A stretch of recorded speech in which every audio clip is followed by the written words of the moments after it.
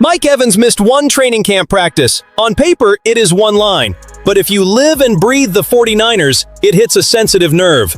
Once again, the depth is being tested before the season even breathes. Faithful, lock in. Today, emotion and strategy share the same room. There is relief around the offense's biggest addition, a young opportunity for a wounded pass rush, a brutal roster fight pushing Jacob Cowing against the clock, and a newcomer who has already won over Raheem Morris. We are finding the danger, the hope, and who can change this roster. If you feel that weight too, subscribe to 49ers Express. The scare started Monday when Mike Evans sat out practice with a quad strain. After everything this receiver room has endured, any absence from the offseason's biggest addition makes fans hold their breath. The encouraging part is that Ian Rappaport's read points to something manageable.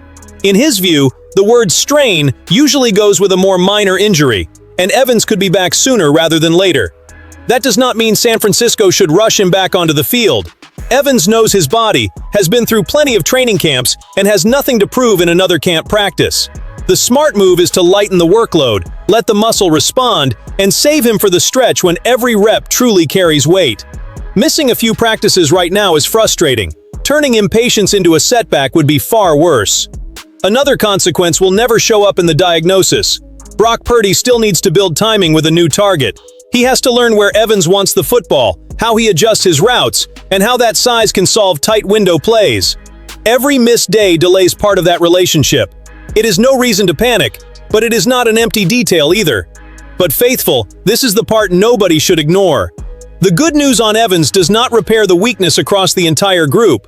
Ricky Pearsall landed on injured reserve for the season after a setback in his PCL recovery.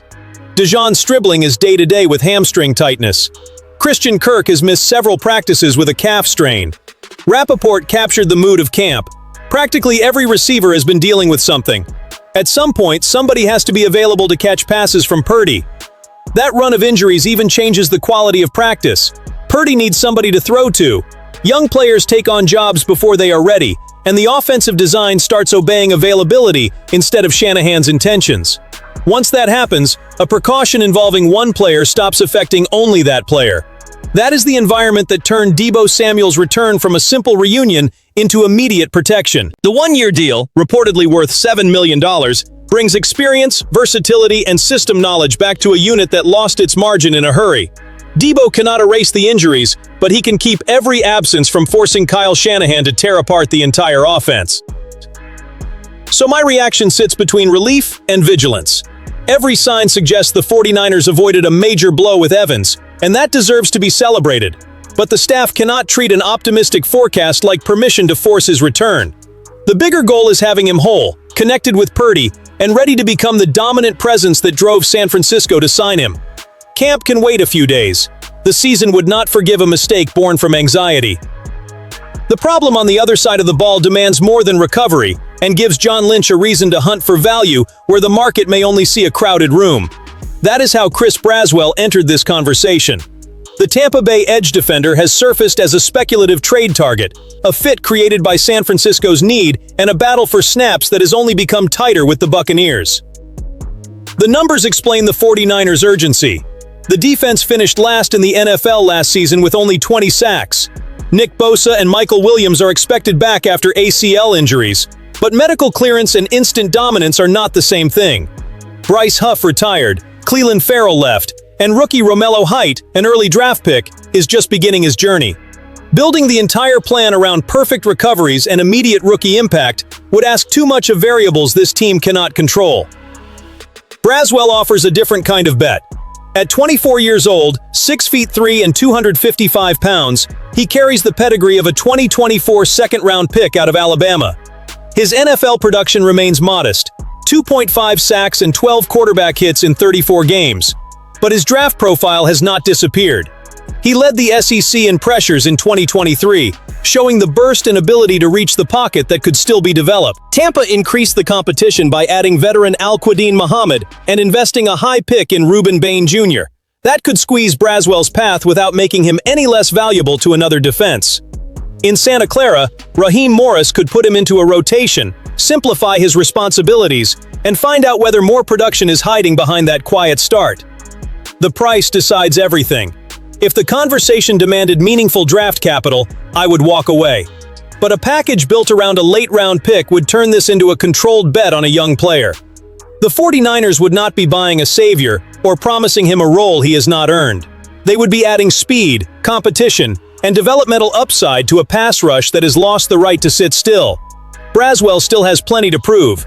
That may be exactly why he could become available before his ceiling is fully revealed.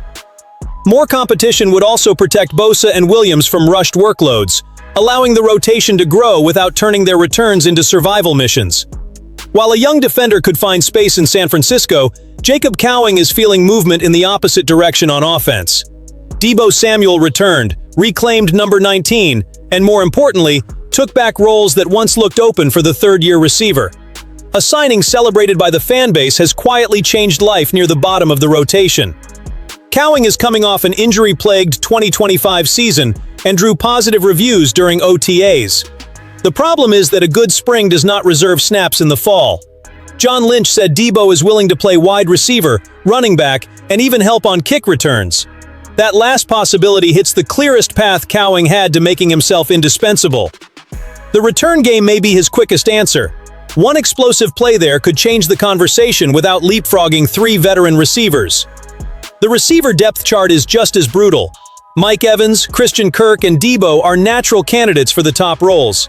Demarcus Robinson brings experience, and rookie Dejon Stribling still needs opportunities. Cowing is not fighting for only one position.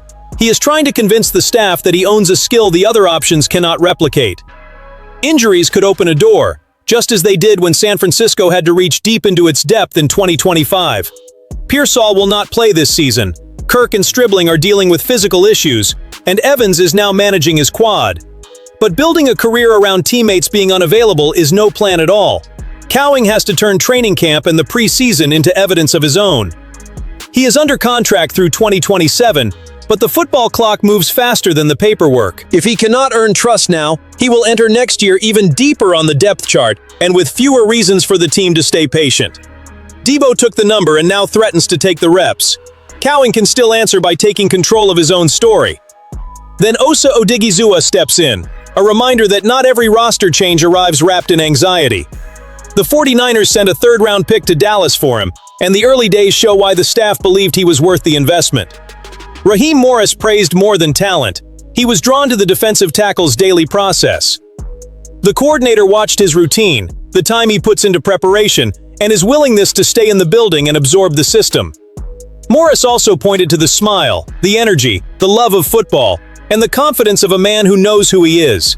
It may sound like July talk, but coaches track those habits because they reveal who holds his level when the body gets heavy, the schedule tightens, and the early excitement fades.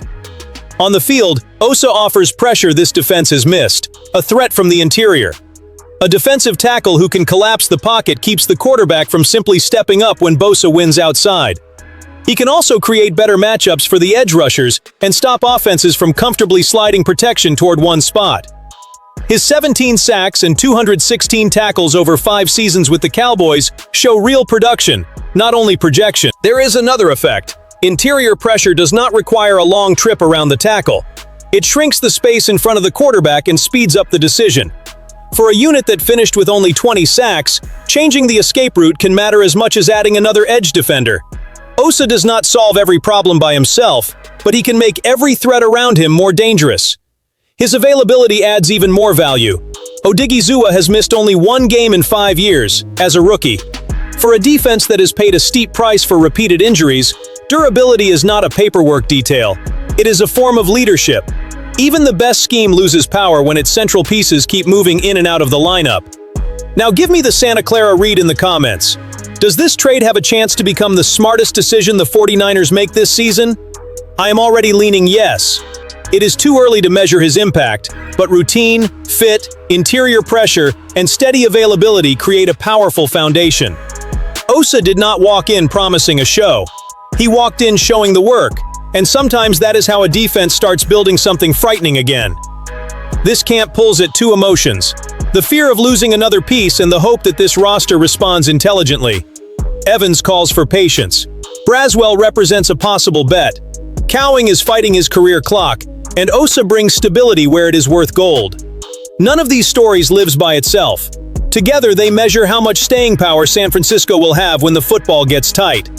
Faithful, let me know where you stand. How do you rank these 4 stories, from most important to least decisive for 2026? Drop your ranking in the comments, hit like, and subscribe to 49 ERS Express. The journey is underway, and every decision carries weight.